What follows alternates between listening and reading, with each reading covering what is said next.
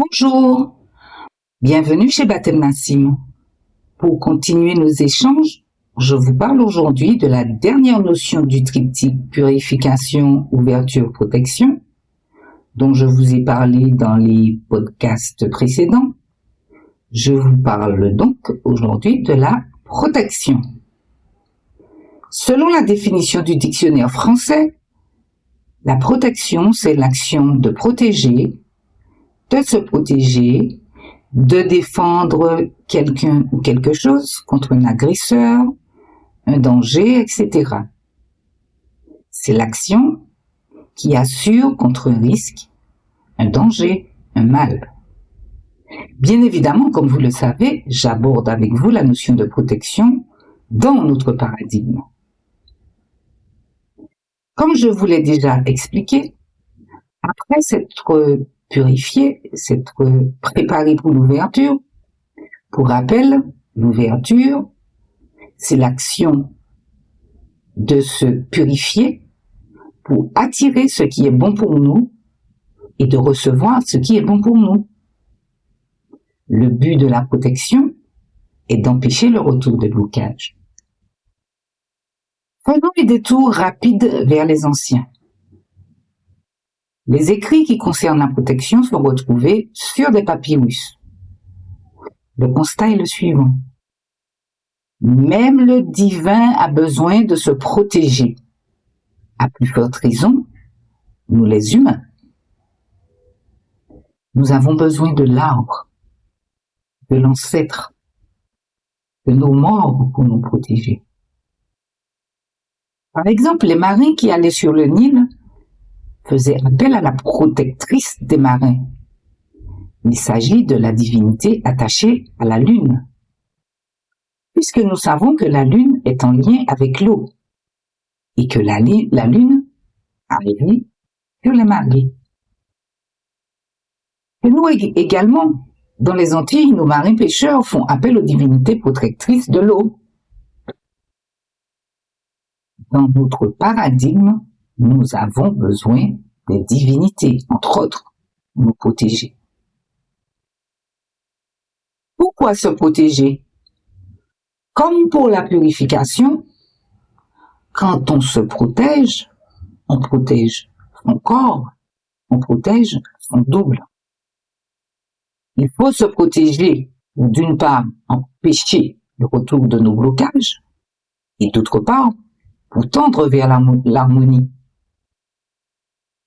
Les stars des animaux, comme l'escargot avec sa coquille, la tortue avec sa carapace, l'humain doit se protéger. Il existe d'ailleurs des protections faites à partir de coquilles d'escargot pilées, de carapaces de tortue pilées.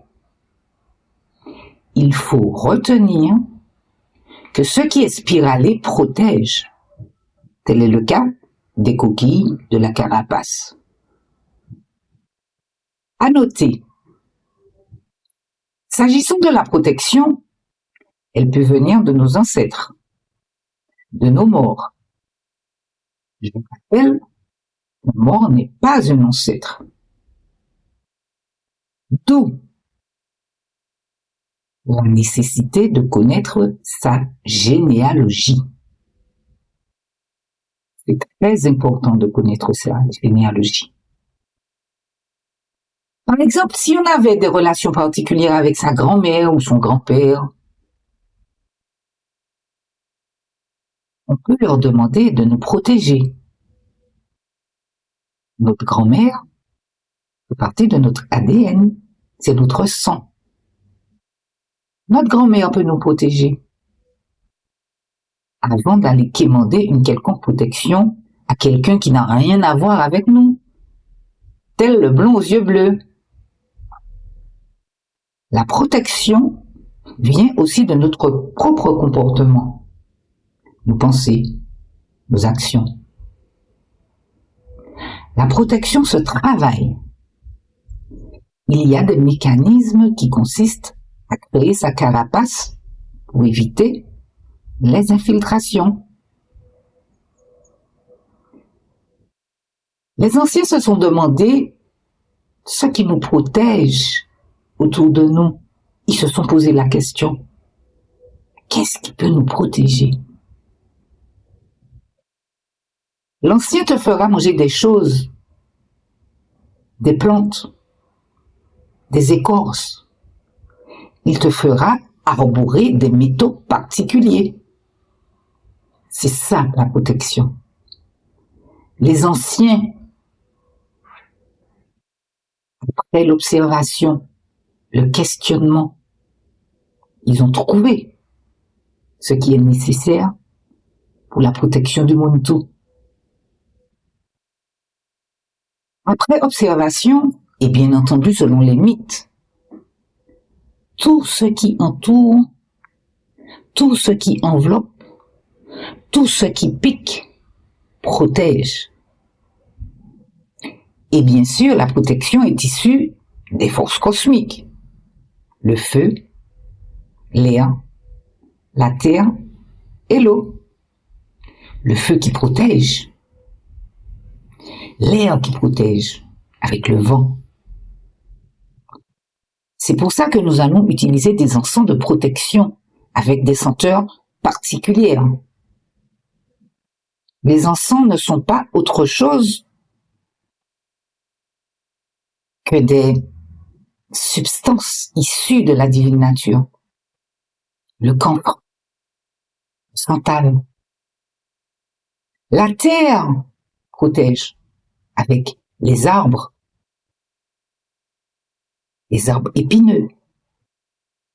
Les épines ont leur raison d'être. On a aussi les pierres qui sont issues de la terre, les métaux issus de la terre, les minéraux issus de la terre. Et pour terminer, on a l'eau qui protège. S'agissant de l'eau, la toute première protection est issue de la mère. Quand on est dans le ventre de sa mère, le placenta nous protège. La fine couche de peau nous protège. La parole de notre mère nous protège. En clair, le féminin protège en tout premier lieu. À retenir, quel que soit ce que nous voulons, ce que nous recherchons,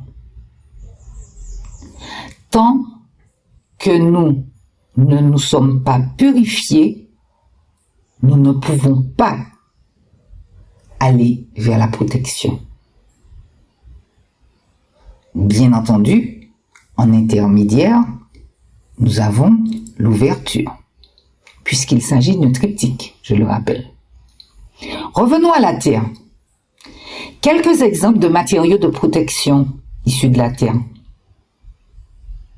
Le cuivre de protection. Souvent, nous voyons des personnes, des anciens, des forgerons, fabriquer des bracelets en cuivre. Le cuivre est un métal naturel abondant dans la croûte terrestre. Le cuivre était utilisé pour stériliser les blessures. Le cuivre était également employé pour traiter les maux de tête, les brûlures et les démangeaisons. Le symbole du cuivre en médonitaire, plus populairement, nous dirons en hiéroglyphe, c'est l'ankh. L'ankh représentant la vie éternelle. Les Égyptiens attribuaient au cuivre des propriétés sacrées et divines, notamment pour la protection des âmes dans l'au-delà. Des objets en cuivre étaient souvent placés dans les tombes pour accompagner les défunts dans leur voyage après la mort. En médecine, le cuivre était utilisé pour soigner les plaies ouvertes, et pour désinfecter également. Le papyrus d'Hébéos, un des plus anciens textes médicaux, mentionne les préparations à base de cuivre pour traiter différents maux. Vous pouvez charger le cuivre de vos intentions quand vous portez un objet en cuivre. Vous pouvez lui confier un secret. C'est votre partenaire. Le cuivre est reconnu pour son excellente conductivité thermique. Il y a aussi le bronze. Les Égyptiens semblaient avoir fabriqué des objets en bronze depuis fort longtemps. Ce n'était pas une liste de tous les minéraux, tous les végétaux, tous les arbres. C'était juste un aperçu de ce que nous pouvons porter pour nous protéger. Nous allons parler du sel. Le sel qui est un minéral marin. Il protège en absorbant les énergies négatives et nettoie l'aura. Il crée une barrière spirituelle. C'est un allié qui est utilisé et qui protège. Le sel a une qualité. Elle est à la fois purificatrice et protectrice. Je parle du sel parce qu'il est très couramment utilisé. Et puis, on le trouve assez facilement. Il fait partie de nos alliés quotidiens. Nous avons aussi les animaux, la tortue et la prudence divine. Nous avons aussi le caméléon, avec sa capacité de changement de couleur, de peau, sa forte capacité d'adaptabilité en fonction de son environnement. Et puis, nous avons aussi le soleil protecteur, la puissance solaire. Nous avons parlé des animaux, du sel, des minéraux. Nous allons faire un rapide détour auprès des végétaux. Les arbres avec des piquants, le fromager, certaines fleurs avec des piquants. Ce sont des végétaux de protection.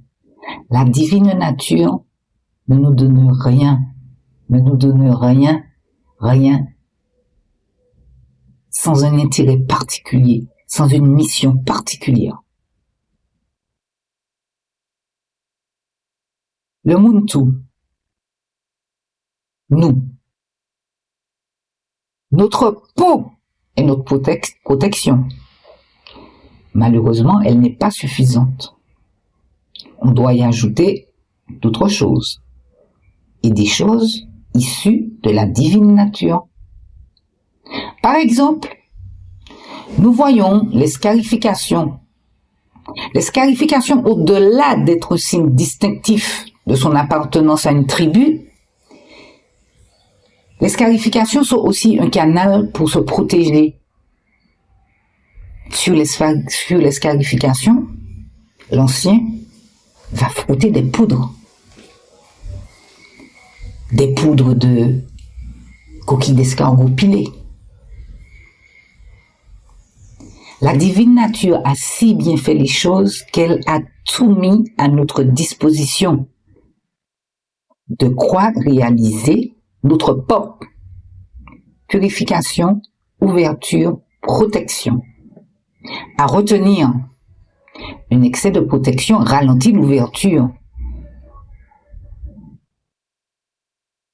J'en ai terminé pour ce qui est du triptyque POP. Purification, ouverture, protection.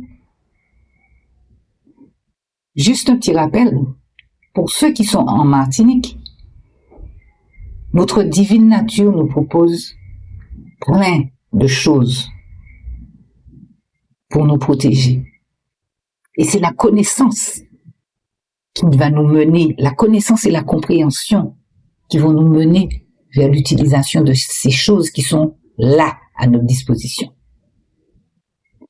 Pour aller plus en profondeur dans la connaissance de nos savoirs endogènes, pour des clés de base solides, tu peux t'inscrire au cursus de transmission des savoirs endogènes de Batem Nassim.